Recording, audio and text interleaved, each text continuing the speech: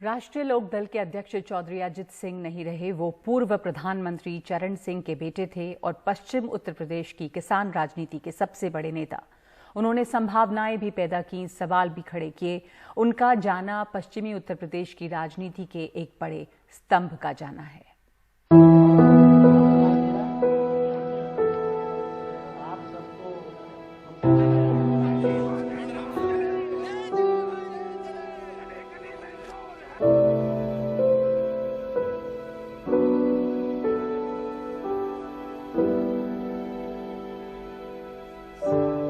राजनीति के ये गलियारे चौधरी अजीत सिंह के लिए नहीं बने थे।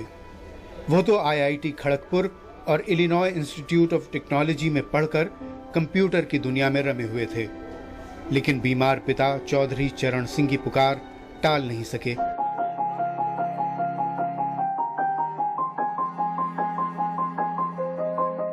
फिर सियासत में आए तो पीछे मुड़कर नहीं देखा। प्रधानमंत्री रहे पिता से मिली विरासत ने उनको हमेशा पश्चिमी उत्तर प्रदेश की राजनीति में कद्दावर हैसियत दिलाई। हालांकि वो दल तोड़ते रहे, बदलते रहे, पुराने घरों में लौटते रहे, लेकिन एक जाट किसान नेता की अपनी छवि उन्होंने हमेशा बनाए रखी। वो 7 बार लोकसभा सांसद चुने गए, कई सरकारों में मंत्री बने। वो VP सिंह की सरकार में उद्योग मंत्री रहे, नरसिम्हा राव की सरकार में खाद्य मंत्री बने, वाजपेयी सरकार में कृषि मंत्री बनाए गए और मनमोहन सिंह की सरकार में नागरिक उड्डयन मंत्री बने। 1996 में राष्ट्रीय जनता दल बनाने से पहले वो कांग्रेस में भी रहे। जाहिर है, गठबंधन राजनीति के युग में दल बदल के खेल को उन्होंने कायदे से साधा।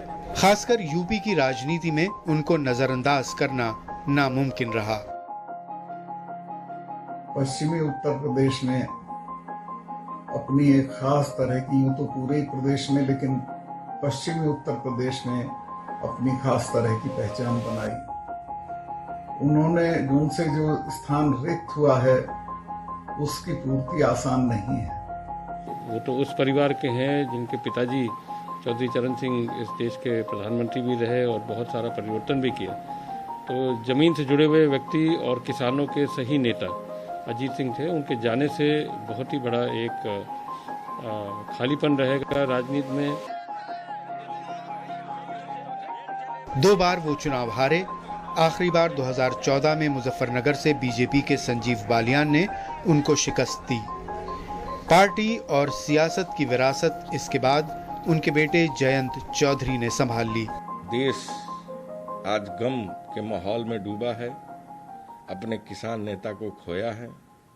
भावभीनी श्रद्धा सुमन अर्पित करता हूं और दुख की घड़ी में पूरी कांग्रेस पार्टी उनके परिवार के साथ है। अजीत सिंह मंडल, कमंडल और भूमंडल में उलझी भारतीय राजनीति को आकार देने वाले नेताओं में रहे। उनकी सीमाओं और संभावनाओं का पूरा इस्तेमाल करते हुए और भारतीय लोकतंत्र को उसकी देहाती दुनिया से जोड़े रखते हुए। यह अनायास नहीं था कि वो दिल्ली की सरहदों पर चल रहे किसान आंदोलन के साथ थे। उनका जाना किसान राजनीति के एक स्तंभ का जाना है।